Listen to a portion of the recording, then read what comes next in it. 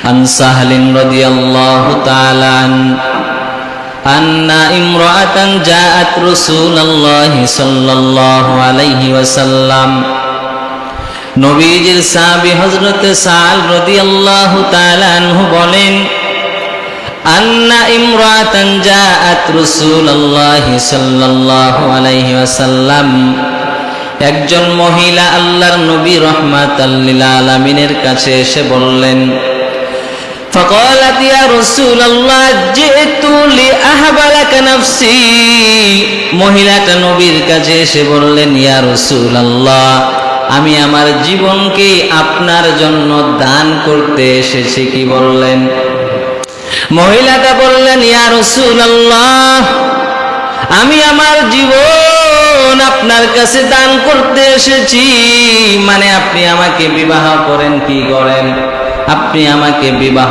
করে নেন আপনার বিবিদের মধ্যে অন্যতম একজন বিবি বানায় নেন فنظر إليها رسول الله صلى الله عليه وسلم আল্লাহর নবী মাথা উঠাইয়া মহিলাটার দিকে তাকাইলেন فصعد النظر إليها وصوبه ثم طأطأ رأسه আল্লাহর নবী মহিলাটার দিকে তাকানোর পর আপদ মস্তক মাথার দিকে নজর দেওয়ার পর নবী আমার মাথাটা নিচু করে দিলেন কি করে দিলেন বলেন নবী আমার মাথাটা নিচু করার পর এবার মহিলাটি মনে মনে ধারণা করলেন فلما رأت المرأة أنه لم يقضي فيها شيئا جلست মহিলাটি যখন দেখলেন নবী আমার কোনো ফয়সালা দিচ্ছেন না কথার কোনো জবাব দিচ্ছেন না মহিলা যে বললেন যে ইতুলি আহবালাকা নফসি নবী আমার আমি আমার জীবন আপনার জন্য দান করতে এসেছি এই কথার জবাব নবী যে এখনো দেয় না ফয়সালা দেয় না জালাসাত মহিলাটা জায়গায় বসে পড়লেন কোথায় বসে পড়লেন জায়গায় মহিলাটা বসে পড়লেন فقام رجل من أصحابه فقال يا رسول الله এমন সময় নবীজির একজন সাহাবী আমার নবীকে বললেন নবীজি গো ইল্লাম ইয়াকুন লাকা বিহা হাজাতুন ফাজাওবিজনিহা ও নবী আমার এই মহিলাটা যদি আপনার প্রয়োজন না হয় ও নবী যদি এই মহিলাটাকে আপনি বিবাহ না করেন ফাজাওবিজনিহা এই মহিলাটারে আমার সাথে বিবাহ দিয়ে দেন বলেন না সুবহানাল্লাহ এবার যখন সাহাবীটা নবীজিকে বললেন আমার সাথে বিবাহ দিয়ে দেন এবার নবী বললেন ফাকালা হাল ইনদাকা মিন শাইইন সাহাবী তুমি যে বিবাহ করবা তোমার কাছে দেনমোহর আছে নি কি বললেন বিবাহ করলে যে দেনমোহর দেওয়া ওয়াজিব ফরজ দেওয়া লাগে তুমি যে দেনমোহর আছে নাকি তোমার কাছে ফাকালা লা ওয়াল্লাহি ইয়া রাসূলুল্লাহ সাহাবীটা বললেন নবী আমার আমি এমন গরিব মানুষ আমি এমন অসহায় মানুষ দিনে আনি দিনে খাই ও নবীজি আমার কাছে দেনমোহর দেওয়ার মতো কিছুই নাই ক্বালা ইযহাব ইলা আহলিকা এবার আমার আপনার নবী সাহাবীটাকে বললেন রে সাহাবী তুমি তোমার পরিবারের পরিজনের লোকদের কাছে যাও তোমার ফ্যামিলির মানুষদের কাছে যাও ওখানে গিয়ে ফাংসুর হালতা জিদু সাইয়া তোমার ফ্যামিলির মানুষের কাছে কিছু পাও কিনা নিয়ে আসো দেনমোহর দেওয়া লাগবে যদি বিবাহ করতে চাও তোমার ফ্যামিলির বন্ধু বান্ধব তোমার আত্মীয় স্বজন যারা আছে তাদের কাছে যাও সেখানে কিছু পাও কিনা তুমি দেনমোহর নিয়ে আসো ফাযাহাবা সুম্মা রাজাআ সাহাবীটা ফ্যামিলির লোকজনের কাছে যাওয়ার পর সেখানে কিছু না পাইয়া আবার ফিরে চলে আসলেন ফ্যামিলির মানুষজন বন্ধু বান্ধব কারো কাছে কিছু পাই নাই ফারাজা আবার নবীজির কাছে হাজির ফাকালা লা ওয়াল্লাহি ইয়া রাসূলুল্লাহ মা ওয়াজাদতু শাইয়া। এবার সাহাবীটা বললেন, নবীজি আল্লাহর কসম করে বলি রে নবী, আল্লাহর কসম করে বলছি আমি আমার ফ্যামিলির কারো কাছে কিছুই পাই নাই। এবার নবী আমার বলেন, ও সাহাবী উনজুর ওয়ালাউ খাতামান মিন হাদিদ। এবার নবী বললেন, রে সাহাবী তুমি আবার যাও দেখো একটা লোহার আংটি পাও কিনা। একটা লোহার আংটিও যদি পাও সেটাও তুমি আমার দরবারে নিয়ে আসো।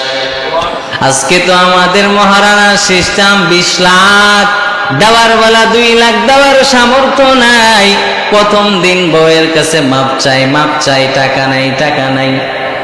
নাম দেওয়ার সময় বলে 20 লাখ মহারানা কত বড় যোদ্ধার, দেওয়ার সময় দেয় না। বলেন তো মহারানা আদায় করা আমাদের জন্য ওয়াজিব কিনা? মহারানা স্ত্রীর হক এটা আপনারা জানেননি? এর নবীর উম্মত, স্ত্রী যদি মহারানার হক যদি মাপ না করেন তাহলে আপনি আল্লাহর কাছেও মাপ পাবেন না। এখানে সবাই বিবাহ করেছেন, সত্য কথা বলেন মহারানা আদায় করছেন কি করেন নাই? যদি এখনো আদায় না করেন দ্রুত মহারানা আদায় করেন। মহারানা আদায় না করিয়া যদি কবরে যান, কবর জাহান্নামের আগুনে ভরে যাবে। বাঁধার সময় 20 লাখ বাঁধতে বলল কে? নবী বললেন ওয়ালাউ খাতামান মিন হাদিদ। একটা লোহার আংটিও যদি হয় মহারানা হিসাবে নিয়ে আসো, তাহলে মহারানার সর্বনিম্ন 10 দিরহাম। কয় দিরহাম? এরে নবীর উম্মত, এত বেশি মহারানা বাঁধো আর নিয়ত করে মেয়ের ঘরের মানুষ বলে বেশি মহারানা দিবা না, কয়েকদিন পর যদি সারাসারি হয়ে যায় লাভটা কি হবে? মানে বিয়ে দেওয়ার আগেই বিয়ে ছাড়ার গল্প। কিছু বুঝলেন আমার কথা? বিয়ে হওয়ার আগে বিয়ে ছাড়ার গল্প যেখানে থাকে, এই সমাজের বিয়ে এখানে টিকবে? হ্যাঁ, মহারানা 20 লাখ বানতে হবে, যদি না বানেন পরবর্তীতে ছাড়ে দিল কি হবে? এই চিন্তা। High high high. তো নবী বললেন ওয়ালাউ খাতামান মিন হাদিদ, লোহার একটি আংটিও যদি পাও, ওই লোহার আংটিটা আমার সামনে নিয়ে আসো, তোমাকে তার সাথে বিবাহ দিয়া দেব। ফাযাহাবা সুম্মা রাজা। আবার সাহাবীটা লোহার আংটি খোঁজার জন্য গেলেন।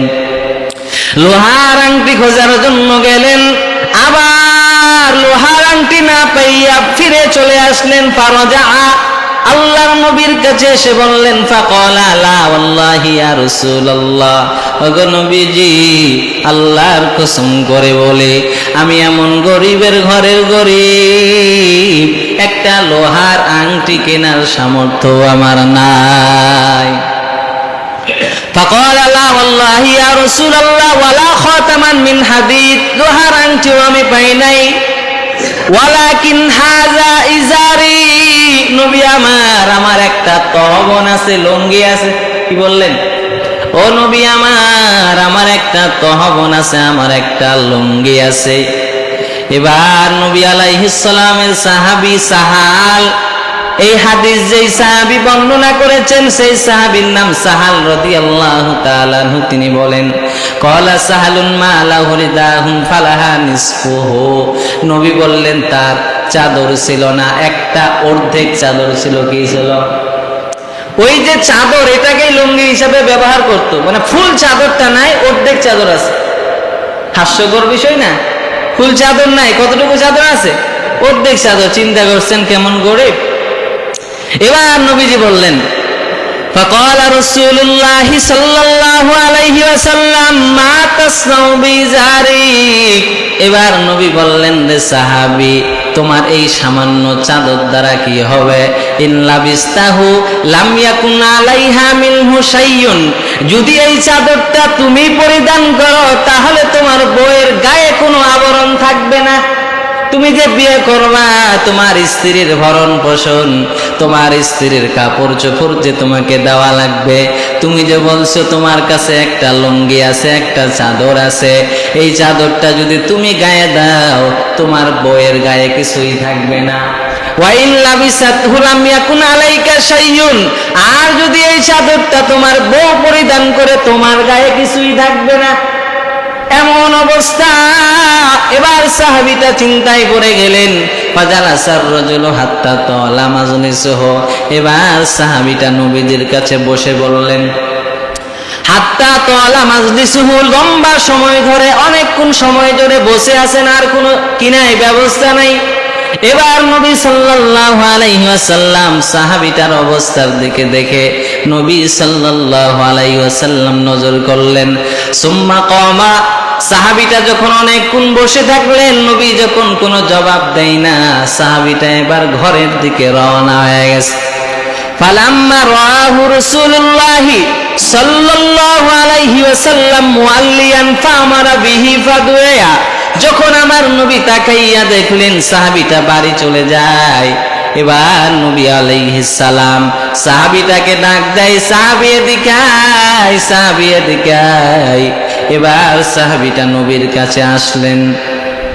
ফালাম্মা জা ক্বাল মাজা মাআকা মিনাল কুরআন, এবার যখন সাহাবীটা নবীজির সামনে হাজির, নবী ডাক দিয়া কয়, রে গরিব সাহাবী, তোমার কোরআনের কতটুকু মুখস্থ আছে বলেন না আল্লাহু আকবার। নবীজি বললেন, তোমার কোরআন কতটুকু মুখস্থ আছে বলো। এবার সাহাবী বললেন, ক্বালা মাই সূরাতু কাযা ওয়া সূরাতু কাযা ওয়া সূরাতু কাযা আদাহা। নবী বললেন, ওই সাহাবী বললেন, নবীজি আমার অমুক সূরা মুখস্থ আছে, আমার অমুক সূরা মুখস্থ, বিভিন্ন সূরার নাম ধরে সূরা ইয়াসিন মুখস্থ, সূরা ওয়াকিয়া মুখস্থ, এক কথা বিভিন্ন সূরার নাম ধরে ধরে বললেন ওইগুলো সূরা আমার কি আছে, মুখস্থ আছে। নবী বললেন, ক্বালা আতাকরাউনা আন যাহরি কলবিক, এই ইয়াদ আছে নি? কি বললেন? তোমার মুখস্থ আছে নি? বলতে পারবা, শুনাইতে পারবা, ইয়াদ আছে নি? তো তিনি বললেন, ক্বালা নাম, বলতে পারবো, শুনাইতে পারবো। ক্বালা ইযহাব, নবী বললেন যাও, ফাকাদ মাল্লাকতুকাহা বিমা মাকা মিনাল কুরআন, এই কোরআনের কয়েকটা সূরা মুখস্থ থাকার কারণে আমি নবী তোমার সাথে সেই মহিলাটার বিবাহ দিয়া দিলাম। তোমার দেনমোহর টাকা পয়সা নয়, কোরআনের যেই সূরা মুখস্থ আছে এই সূরা, সুবহানাল্লাহ, দেনমোহর হিসাবে নবী আমার কোরআনকে সম্মান করে, কোরআনের কয়েকটা সূরা মুখস্থ থাকার কারণে নবী আমার দেনমোহর হিসাবে ওই সূরাগুলোকে দিয়ে দিয়েছেন। তো 10 নম্বর আলোচনা এটাই ছিল যে রাসূলুল্লাহ সাল্লাল্লাহু আলাইহি ওয়াসাল্লাম কয়েকটি সূরা মুখস্থ থাকার কারণে এক সাহাবীকে নবীজি সম্মান করেছেন। সহিহ বুখারীর হাদিস 5030 নম্বর। কি সম্মান করলেন? সাহাবীটার দেনমোহর দেওয়ার মতো কিছুই নেই, দেনমোহর দেওয়ার মতো কিছুই না থাকার কারণে রাসূল প্রথমেই বললেন, তোমার আত্মীয় স্বজনের কাছে যাও, কিছু পাও কিনা। পাইল না। নবী বললেন, একটা লোহার আংটিও যদি পাও সেটাও নিয়ে আসো। বলে, আমি গরিব, আমার নাই, একটা লুঙ্গি আছে। ওই লুঙ্গি দিয়ে কি হবে? তুমি পরবে না, তোর বউ পরবে। তুমি পড়লে তোমার বউয়ের গায়ে আবরণ থাকবে না, তোমার বউ পড়লে তোমার গায়ে আবরণ থাকবে না। নবী বললেন, যখন সাহাবীটা নিরাশ হয়ে বাড়ি চলে যাচ্ছেন, তোমার কোরআনের কয়টা সূরা মুখস্থ আছে? সাহাবী বললেন, অমুক অমুক অমুক সূরা আমার মুখস্থ। বলে, যাও, এর বিনিময়ে আমি তার সাথে তোমার বিবাহ দিয়ে দিলাম। কয় নাম্বার গেল আলোচনা? তাহলে কোরআনের সম্মান কমলো না বাড়লো? তাহলে দেনমোহর লক্ষ লক্ষ টাকা বাঁধবেন নাকি যতটুকু দিতে পারবেন ততটুকু বাঁধবেন? দেনমোহর ছাড়া তো মেয়ের বাবা বিবাহ দিতে চায় না, আর দিবেই বা কিভাবে? আপনি তো দেখেন যে কার 10-20 বিঘা সম্পদ আছে, তার ঘরে বিয়ে করব। দিনদার মেয়ে বিয়ে করার তো নাম নেই। হ্যাঁ, আপনি যেহেতু মানুষের সম্পদ দেখেন, মেয়ের বাবার কি আছে, দিতে পারবেনি, বিপদের সময় হেল্প করতে পারবেই নি। এই চিন্তা যদি করেন তো মেয়ের বাবাও তো দেখবে যে আপনার আসেনি, নাকি লুঙ্গি কেনার মতো টাকা নেই, তো মেয়ের বাবা দেখবে না? আপনি যদি মেয়ের বাবার দেখেন তো মেয়ের বাবা আপনার দেখবে না? এজন্য বিয়ে করার নিয়ম হলো, মেয়ে দিনদার কিনা, মেয়ে নেককার কিনা, নেককার দিনদার মেয়ে দেখে বিবাহ করতে হবে। সুবহানাল্লাহ। শুনলে আশ্চর্য হবেন, হযরত উমর রাদিয়াল্লাহু তাআলা আনহুর জামানায় রাতের আধারে উমর রাদিয়াল্লাহু তাআলা অর্ধজাহানের শাসক ছিল না? তিনি অর্ধজাহানের বাদশা ছিলেন, পুরা রাজত্ব তিনি শাসন করতেন। রাতের বেলা তিনি ছদ্মবেশে, ওই যে কি বলে ডিবি পুলিশ বলে না, তারা নিজস্ব পোশাক বাদ দিয়ে সাধারণ পোশাক পরে বিভিন্ন আসামির দ্বারে দ্বারে যায় কি যায় না? তো উমর রাদিয়াল্লাহু তাআলা রাতের বেলা একদিন মানে সিভিল ড্রেসে রাতের বেলা একদিন চলতেছেন, এক ঘর থেকে আওয়াজ, মহিলাটা তার মেয়েকে বলতেছে, এই দুধের মধ্যে একটু পানি মিশিয়ে যাও, 1 কেজি দুধে 1.5 কেজি বানাই যাও, তাহলে বেশি পরিমাণ লাভ করতে পারবো। তখন তিনি বললেন, মা তুমি কি জানো না এই যুগের শাসক উমর ইবনুল খাত্তাব কেমন ভয়ঙ্কর শাসক আপনি জানেন? কেমন রাগী শাসক আপনি জানেন? আপনি এটা কল্পনা করছেন কেন? তখন তিনি বললেন যে উমর কি এখানে আছে নাকি? তখন মেয়েটি জবাব দিয়েছিল, ফাইনাল্লাহ, ও মা উমর নাই, কিন্তু উমরের খোদা তো আছে, উমরের আল্লাহ তো আছে। এই কথা যখন উমর রাদিয়াল্লাহু তাআলা শুনতে পেলেন, তখন হযরত উমর রাদিয়াল্লাহু তাআলা চলে গেলেন। তারপরের দিন মা মেয়ে দুইজনকেই ডাকলেন। মা মেয়ে দুইজনকে ডাকার পরে মা তো বুঝে ফেলছে যে গতকালকের কাহিনী শুনলো নাকি, আমাদের তো রিমান্ড হয়ে যাবে। এবার দুইজনে যখন গেছে, এবার খলিফাতুল মুসলিমিন উমর বলেন, মা আপনি যদি কিছু মনে না করেন, আমার ছেলে আব্দুল্লাহর জন্য আপনার মেয়েকে বিবাহ দিতে চাই। সুবহানাল্লাহ। কথায় আমিরুল মুমিনিন আর কথায় দুধওয়ালি, যার সাথে কোনোভাবে সম্পর্ক আমরা চিন্তাই করতে পারি না। কথায় 10 তলা বিল্ডিং এর মালিক আর কথায় টিনের চালের বাড়ির মালিক। হ্যাঁ, এর সাথে কার সাথে কিভাবে, আমরা তো কল্পনাও এটা করতে পারবো না। তো উমর রাদিয়াল্লাহু বলছেন, মা তোমার মেয়েকে কি আমার বৌমা বানাইতে পারবা, বানাবা? তো দেখেন, চিন্তা করেন, কেন তিনি এত সুন্দর সুন্দর বৌমা থাকতে, এত বড় ঘরের বৌমা থাকতে, মন্ত্রী এমপি এদের মেয়েগুলো থাকতে, তিনি কেন একজন গরিব ঘরের মেয়েকে আনলেন? কারণ ছিল, মেয়েটা ছিল দিনদার। তিনি জানতেন এই মেয়ের ঘরে এমন একজন সন্তান আসবে, সন্তানগুলো হবে দিনদার। সেই সন্তানের নাম উমর ইবনে আব্দুল আজিজ।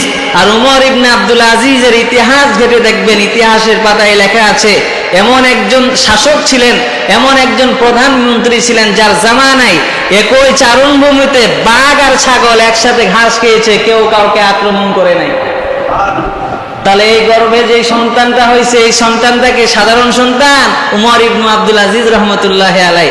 আর আজকে তো আমরা বড় লোকের মেয়ে, একটার নায়িকা নিয়ে, এদেরকে নিয়ে পাগল। এদের ঘর থেকে জীবনে আল্লাহওয়ালা দিনদার মুত্তাকি সন্তান বের হবে? কথা বলেন না কেন? এদের ঘর থেকে কখনো নেককার দিনদার সন্তান আশা করা যায় না। এজন্য দিনদার মেয়ে দেখে বিয়ে করবেন। না আছে দেখার দরকার নেই, মেয়ে দিনদার কিনা সেটা লক্ষ্য করবেন। কথা বুঝাইতে পারলাম? কয় নাম্বার আলোচনা গেল? এবার আসেন 11 নম্বর আলোচনা। কিয়ামতের মাঠে কুরআনওয়ালাকে কুরআন পড়তে বলা হবে। কিতাবের নাম সুনানে আবু দাউদ। কি নাম? সুনানে আবু দাউদের 1464 নম্বর হাদিস। হাদিসের রাবি আব্দুল্লাহ ইবনে আমর, তিনি বলেন, عن عبد الله بن عمرو رضي الله تعالى عنه قال قال رسول الله صلى الله عليه وسلم يقال لصاحب القرآن اقرأ وارتقي। আল্লাহর নবীর সাহাবী আব্দুল্লাহ ইবনে আমর রাদিয়াল্লাহু তাআলা আনহু বললেন, আমার নবী সাল্লাল্লাহু আলাইহি ওয়াসাল্লাম বলেন, ইকালু লিসাহিবিল কুরআন ইকরা। যারা কুরআনওয়ালা, আল্লাহ পাক কুরআনওয়ালাকে কাল কিয়ামতের ময়দানে কুরআন পাঠ করতে বলবে। কি পাঠ করতে বলবে? ইকরা ওয়ারতাকি, পড়ো আর চড়ো, পড়ো আর চড়ো। আল্লাহ পাক নবীর মাধ্যমে জানায় দেয়, নবী আমার দুনিয়ার মানুষকে জানায় দেন, ইকরা ওয়ারতাকি, ও কুরআনওয়ালা পড়ো আর চড়ো, পড়তে থাকো, চড়তে থাকো। ওয়ারাত্তিল কামা কুনতা তুরাত্তিলু ফিদ দুনিয়া, দুনিয়াতে যেভাবে ধীরে সুস্থে কোরআন তিলাওয়াত করছিলে, তুমি তিলাওয়াত করো আর উপরে চড়ো। ফা ইন্না মানজিলাকা ইনদা আখিরি আয়াতিন তাকরাউহা, কোরআন পড়তে পড়তে যেখানে তোমার আয়াত শেষ হয়ে যাবে, আল্লাহ পাক তোমাকে অত তালার বিল্ডিং এর মালিক বানায়া দিবে। কোরআনের আয়াত সংখ্যা কত বলেন? আবার তো ভুলের মধ্যে ডুবে আছেন, এই তো ভুলের মধ্যে ডুবে আছেন। কোরআনের আয়াত সংখ্যা বিশুদ্ধ হলো 6236। কত? কোরআন শরীফটা নিয়ে গুনে দেখিয়েন কত আছে? 6236 বিশুদ্ধ, 6666 প্রসিদ্ধ। কি বুঝলেন? 6666 এটা প্রসিদ্ধ। আসলে মূল আয়াত কয়টা আছে বলেন তো? 6236। যদি বিশ্বাস না হয় আজকে রাত্রে কোরআন শরীফটা নিবেন, 5-6 জন মিলে ভাগ করে নিবেন যে তুমি এটা গুনো আমি এটা গুনবো। গুনে কয়টা পাচ্ছেন গুনে দেখিয়েন। আছে কয়টা? 6236। তো আল্লাহ পাক রাসূলুল্লাহ বলবেন যে এই হাফেজ কোরআন, তুমি কোরআন তিলাওয়াত করো আর উপরে চড়ো। এইভাবে কোরআনের আয়াত তোমার যেখানে শেষ হবে অত তলার বিল্ডিং এর মালিক আল্লাহ তোমাকে বানাই দিবে। তাহলে 200 কত 6236 তলার বিল্ডিং এর মালিক হবে কে? কোরআন। হাই হাই, কোরআনের মা বাবা তো এখন মনে মনে খুব খুশি। হাই হাই, দুনিয়াতে একতলা বিল্ডিং বানাইতে পারি নাই, আর আমার ছেলে বুঝি 6236 তলা বিল্ডিং এর মালিক। আল্লাহু আকবার, কল্পনা করা যায়? তো আমরা কোরআনের আলেমের মা বাবা হতে চাই কি চাই না? হাফেজের মা বাবা হতে চাই কি চাই না? আল্লাহ আমাদের তৌফিক দান করে। কয় নাম্বার গেল? 11 নাম্বার। এবার আসেন 12 নাম্বার। 12 নাম্বার হলো কুরআন তার পাঠকের সাথে কিয়ামতের মাঠে সাক্ষাৎ করবে। 12 নাম্বার কি বলেন? কুরআন তার পাঠকের সাথে কিয়ামতের মাঠে সাক্ষাৎ করবে। কিতাবের নাম মুসনাদে আহমদ, হাদিস নাম্বার 22,950। হাদিস নাম্বার কত? 22,950। এই হাদিসের রাবি বুরাইদা বিন হুসাইব আল আসলামি। নাম কি? বুরাইদা বিন হুসাইব আল আসলামি। নামগুলো একটু কেমন কেমন টাইপের না? আচ্ছা যাই হোক। আন বুরাইদা তাবনিল হুসাইব আল আসলামি قال, নবীজির সাহাবী হযরত বুরাইদা আসলামি রাদিয়াল্লাহু তাআলা আনহু বলেন, কুনতু ইনদান নবী সাল্লাল্লাহু আলাইহি ওয়াসাল্লাম, আমি আমার নবীর সাথে ছিলাম। ফাসামিআতুহু ইয়াকুল, আমি আমার নবীকে বলতে শুনেছি।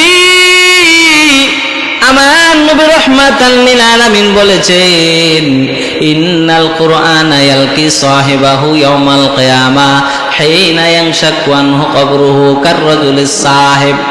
আল্লাহর নবীকে বলতে শুনেছি, কুরআনওয়ালা নিজ কবর থেকে উঠিয়া, কোথায় থেকে? আপন কবর থেকে বের হয়ে কিয়ামতের দিন দুর্বলতার কারণে মানুষের চেহারা যেমন লাল হয়ে যায়, দুর্বলতার কারণে মানুষের চেহারার রং যেমন পরিবর্তন হয়ে যায়, এমন সময় হাফেজে কোরআন যখন কবর থেকে বের হবেন, এমন সময় কোরআন তার সাথে সাক্ষাৎ করবে। বলেন না আল্লাহু আকবার। এমন সময় কোরআন তার সাথে সাক্ষাৎ করবে আর কোরআন তাকে বলবে, ইয়াকুলু হাল তারিফুনি, এই কোরআনওয়ালা, এই কোরআনের সন্তান, তুমি কি আমাকে চিনতে পারছো নি? কি বলবে? হাল তারিফুনি, তুমি কি আমারে চিনো? ফায়াকুলু লাহু মা আরাফুকা, এবার কোরআনের হাফেজ বলবেন, আমি তোমাকে চিনি না, তোমাকে আমি চিনি না। কি বলবে? তোমাকে আমি চিনি না। ফায়াকুলু আনা সাহিবুকাল কুরআন আল্লাযী আজমা'তুকা ফিল হাওয়াজির, এবার কোরআন বলবে, রে এ হাফেজ, আমি দুনিয়াতে তোমার সঙ্গী ছিলাম, আমার নাম কোরআন। আমার নাম কি? আমি এমন কোরআন তোমাকে দিনের বেলা খাবার থেকে বিরত রেখেছি। তাহলে বলেন, দিনের বেলা খাবার থেকে বিরত রাখলে কোরআন দ্বারা কোরআন উদ্দেশ্য নাকি রোজা উদ্দেশ্য? এবার বলবেন, আমি তোমাকে দিনের বেলা কি করেছি? খাবার থেকে, পিপাসা থেকে, খাওয়া থেকে, পানি থেকে তোমাকে বিরত রেখেছি। তাহলে কোরআন দ্বারা রোজা উদ্দেশ্য। ওয়াসারতু লাইলাকা, এবং আমি তোমাকে কত রাত্র ঘুমাইতে দেই নাই, এই দ্বারা উদ্দেশ্য হলো কোরআন। রাত্রে তুমি ঘুমাইতে চাইছো, কিন্তু আমি ঘুমাইতে দেই নাই, আমি বলছি কোরআন তিলাওয়াত কর। আল্লাহর ওলিরা রাতের গভীর যখন হয়ে যেত, আল্লাহর ওলিরা রাতের গভীরে কোরআন তিলাওয়াত করতেন। মদিনার অলিতে গলিতে গভীর রাত যখন শুরু হয়ে যায়, ফজরের নামাজের সময় যখন হয়ে যায়, মদিনার প্রত্যেকটা ঘর থেকে কোরআনের তিলাওয়াতের আওয়াজ শোনা যায়। আজকে তো আমাদের ঘরে কোরআন তিলাওয়াত বন্ধ হয়ে গেছে। এমনকি কোরআনের যেই কাপড় আছে, কাপড়টাও ময়লা হয়ে গেছে। কতদিন কোরআনের সাথে আমাদের সম্পর্ক নাই, কোরআন তিলাওয়াত করি না, মনেই নাই। রে আল্লাহর বান্দা, কোরআন বেশি বেশি তিলাওয়াত করো। কাল কিয়ামতের ময়দানে যদি কোরআনের সুপারিশ পাইতে চাও, কোরআনের সাথে সম্পর্ক গভীর রাখো। কোরআনের সাথে আমাদের সম্পর্ক যত গভীর হবে, তার সুপারিশ পাবো কি পাবো না? আর যদি কোরআন কোরআন আমার সাথে সম্পর্ক না থাকে, আমার সাথে কোরআনের সম্পর্ক যদি গভীর না হয়, তাহলে কোরআন আমাদের সুপারিশ করবে না। আজকে ঘরের মধ্যে কোরআনের হালাত, আলমারিতে যেইভাবে কোরআন রাখছে ওইভাবেই আছে, কোনো পরিবর্তন নাই। মেহমান আসলে আলমারির থেকে প্লেট বের করে, থালা বাসন যা কিছু বের করার প্রয়োজন হয় বের করে, কিন্তু বড় আফসোস আলমারির উপরে যে কোরআন শরীফ আছে এটার দিকে নজর দেওয়ার কোনো মানুষ নাই। আজকে আমরা কত অবহেলার মধ্যে আছি। এবার কোরআন বলবেন ওয়া আসহারতু লাইলাতাক, রাতের বেলা আমি তোমারে ঘুমাইতে দেই নাই। ওয়া ইন্না কুল্লা তাজিরিন মিন ওয়ারাই তিজারাতিহি, প্রত্যেক ব্যবসায়ী তার ব্যবসা দ্বারা ফায়দা হাসিল করতে চাই, লাভবান হতে চাই, চাই কি চাই না? কোন ব্যবসায়ী কি চাই যে আমি যে ব্যবসা করি আমার ব্যবসার মধ্যে লস হোক, চাই কিনা? কোন ব্যবসায়ী কিন্তু চাইবে না। সব ব্যবসায়ী চায় আমার ব্যবসার মধ্যে কিছু লাভ হোক। এবার বললেন ওয়াংতাল ইয়াউমা মিন ওয়ারাই কুল্লি তিজারাতিন, ও কুরআনওয়ালা হাফেজ, আজকে তুমি তোমার ব্যবসা দ্বারা অনেক লাভবান হতে পারবা। আজকে তোমার ব্যবসা হলো কোরআন। দুনিয়াতে তুমি কোরআন তিলাওয়াত করতে, এটাই তোমার ছিল নেশা, এটাই তোমার ছিল পেশা। আজকে এই কোরআন তিলাওয়াত করার কারণে তোমার ব্যবসাটা এত লাভবান হয়েছে। আজকে তোমার এই ব্যবসা তোমাকে জান্নাত পর্যন্ত পৌঁছায় দিবে।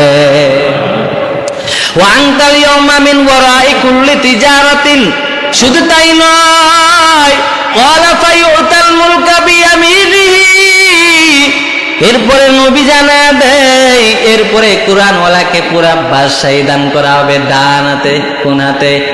কোরআনওয়ালার ডান হাতে আল্লাহ পাক বাদশাহী দিয়া দিবেন, সিংহাসন দিয়া দিবেন। ওয়াল খুলদা বিশিমালিহি, বাম হাতে জান্নাতে চিরদিন থাকার পরওয়ানা দেওয়া হবে। ডান হাতে বাদশাহী রাজত্ব করবে আর বাম হাতে চিরস্থায়ী জান্নাত। কোনদিন জান্নাত থেকে বের হওয়ার সুযোগ নাই। চিরদিনের জন্য জান্নাত আল্লাহ দান করবেন বাম হাতে, ডান হাতে দান করবেন বাদশাহী। আমার সাথে বলেন, ডান হাতে কি? ডান হাতে বাদশাহী, বাম হাতে কি? চিরস্থায়ী জান্নাতে থাকার পরওয়ানা। শুধু তাই নয়, ওয়ায়ুদাউ আলা রাসিহি তাজুল ওয়াকার, আল্লাহ পাক কোরআনওয়ালার হাফেজে কোরআনের মাথার মধ্যে সম্মানের মুকুট পরাইয়া দিবেন, সম্মানের মুকুট পরাইয়া দিবেন। ওয়ায়ুদাউ আলা রাসিহি তাজুল ওয়াকার, সম্মানের মুকুট পরাইয়া দেওয়ার পর ওয়ায়ুকসা ওয়ালিদাহু হুল্লাতাইন, এই হাফেজে কোরআনকে সম্মান করার পর আল্লাহ পাক এবার ফেরেশতাকে আদেশ করবেন, এই হাফেজে কোরআনের মা বাবা কোথায়? এই হাফেজে কোরআনের মা বাবাকে সামনে হাজির কর। হাফেজে কোরআনের মা বাবাকে 2 জোড়া উন্নত মানের পোশাক পরাইয়া দাও। আল্লাহু আকবার। ওয়ায়ুকসা ওয়ালিদাহু হুল্লাতাইন, হাফেজে কোরআনের মা বাবাকে 2 জোড়া দামি মূল্যবান পোশাক পরিধান করায় দেওয়া হবে। 2 জোড়া দামি মূল্যায়ন এমন পোশাক পরিধান করানো হবে, লা ইয়াকুমু লাহুমা আহলুদ দুনিয়া, দুনিয়ার কোন মানুষের দাম ধার্য করতে পারবে না। সুবহানাল্লাহ। এত সম্মানিত পোশাক, এত দামি পোশাক আল্লাহ পাক কিয়ামতের ময়দানে এদেরকে এত দামি বানাবেন, দুনিয়ার সব মানুষের নজর পড়ে যাবে হাফেজে কোরআনের মা আর বাবার দিক। এত সুন্দর পোশাক এদেরকে পরাইলো কি কারণেই বা পাইল? বলা হবে এরা এজন্য পাই নাই, দুনিয়ার সাধারণ কোন সন্তানের মা বাবা ছিল না, বলে কোরআনের হাফেজ এদের মা বাবা হওয়ার কারণে আজকে এত উন্নত মানের পোশাক। ফায়াকুলানে বিমা কুসিনা হাজা, এবার হাফেজের মা বাবা বলবেন, ও দয়ার মালিক, এই পোশাক আমাদেরকে কেন পরাইছেন? এই পোশাক আমাদেরকে কেন পরানো হলো? আমরা তো তাকাইয়া দেখি আশেপাশে কোনো মানুষের গায়ে এমন পোশাক নাই। ও দয়ার মালিক, আমার গায়ে এই দামি দামি পোশাক থাকার কারণটা কি?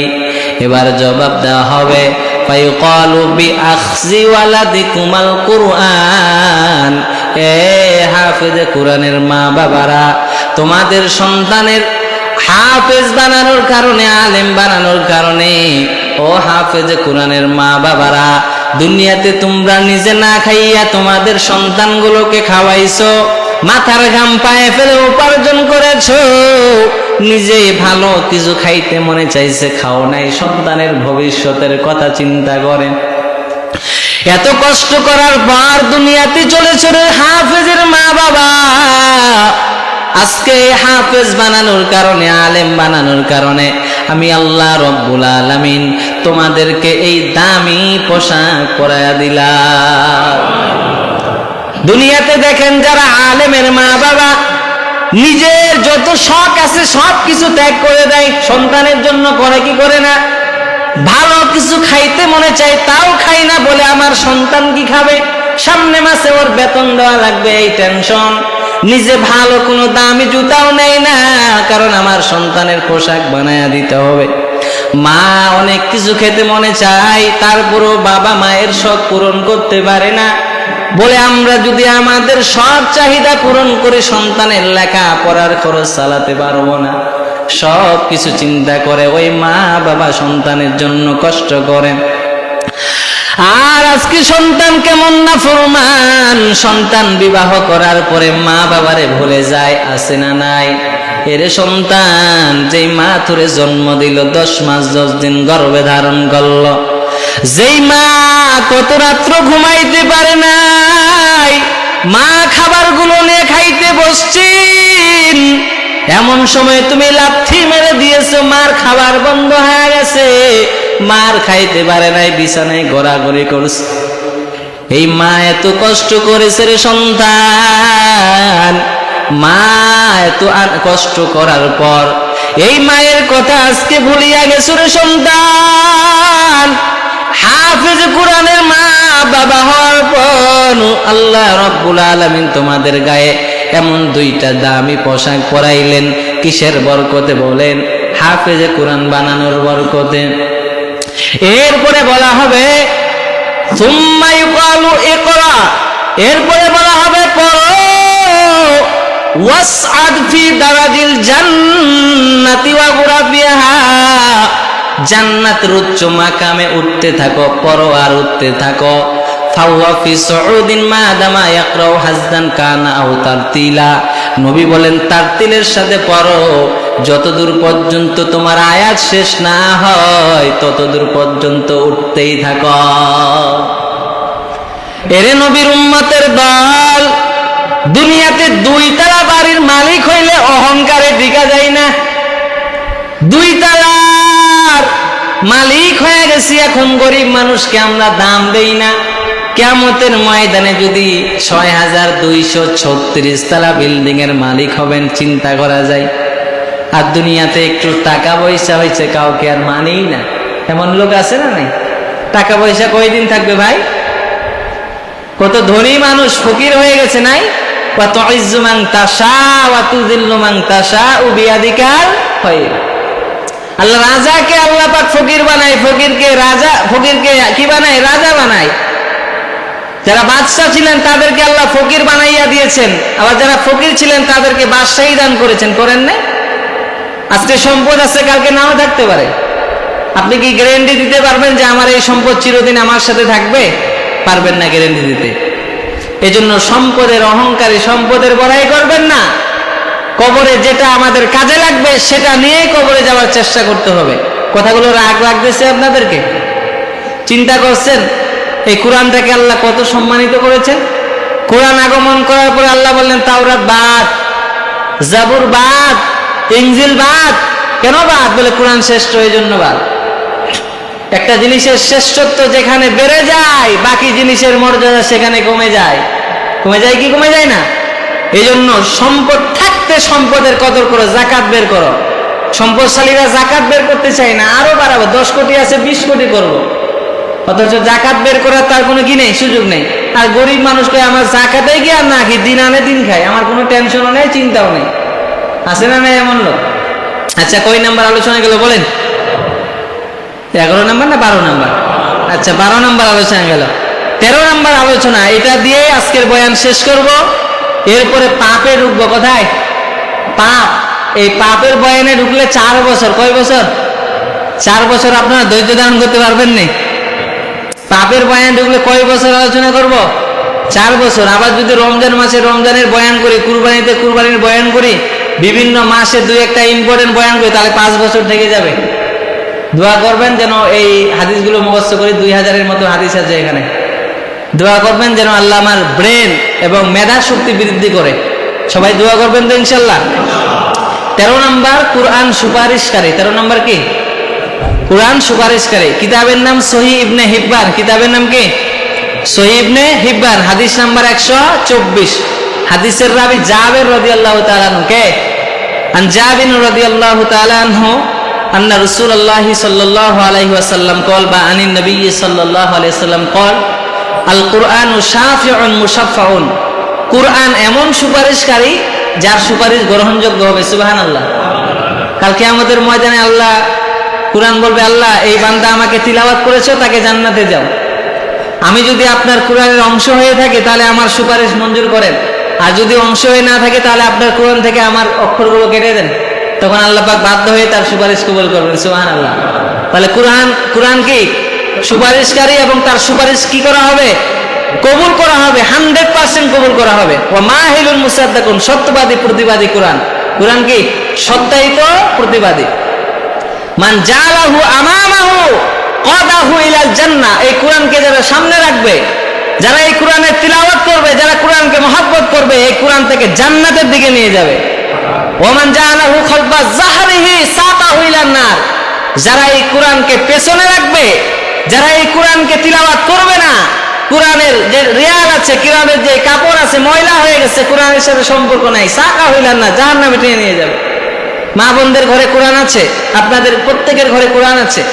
ঘটনা বলতে গেলে অনেক সময় লাগে যাবে। বয়ান আসলে আমার 40 মিনিটে গুছানো যায় না, আবার বেশি বললেও সমস্যা। হ্যাঁ, সমস্যা নেই। তো যাই হোক, তো দেখেন এই কোরআনকে মহব্বত করার কারণে এক কামারকে আল্লাহ পাক মুসা নবীর সাথে জান্নাতে দিয়েছিল। চিন্তা করছেন? তাহলে